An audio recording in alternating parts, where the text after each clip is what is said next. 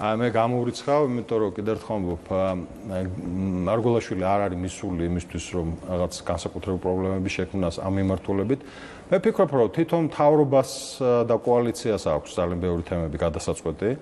მათი ურთიერთობა ბიძინა ივანიშვილთან ერთ-ერთი მნიშვნელოვანი თემა იქნება ეს რეჟიმი მუდმივ კონსულტაციების გაგრძელებული. იქნება ის თქვა კოალიცია იმ ფორმით და იმ შინაარსით, როგორც დღეს არის, იმიტომ რომ ის 5-6 მოღალატე მინისტრების თემა შემიძლია გითხრათ, რომ ჯერ კიდევ ცოცხალია, იმიტომ რომ ეს თემა საიდან მოვიდა ეს თემა თქვენი აზრით? რატომ გაჩნდა საერთოდ?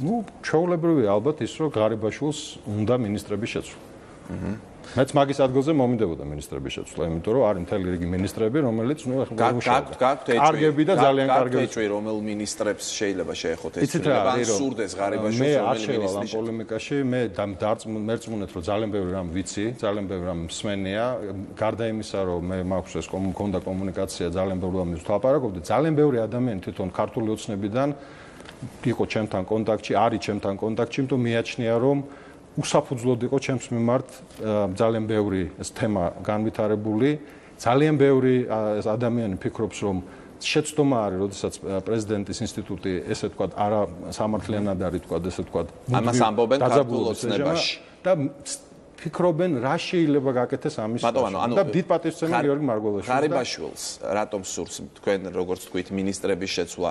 იმიტომ რომ მინისტრები კარგად არ მუშაობენ თუ იმიტომ რომ უფრო გაძლიერდეს? თქვენ როგორ ფიქრობთ?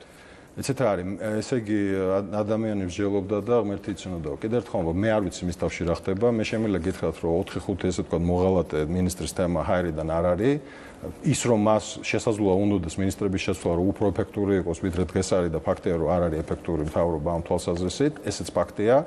ის რომ თემაა, რომ როგორ დაალაგდება ეს ურთიერთობა, მე წარმატებულს უსურვებ პრეზიდენტსაც და პრემიერ-მინისტრს და პარლამენტის თავმჯდომარეს სადა ჩარეულიყო ამ ურთიერთობაში, მაგრამ ვერ შეძლო ბოლომდე დაალაგებინა. როგორ სადა? გარკვეულწილად თავის წვლილი შეეტანა ამ ურთიერთობის დაალაგებაში და ეს ყველაფერი, ვთქვათ, პრეზიდენტმა არ გაამწვავა ზუსტად იმის გამო, რომ საქართველოს იყო ძალიან მნიშვნელოვანი გამოწვევების წინაშე, 27 ივნისს ძალიან მნიშვნელოვანი თარიღი იმისთვის, რომ საქართველო გახდეს ევროპული პოლიტიკის ნაწილი.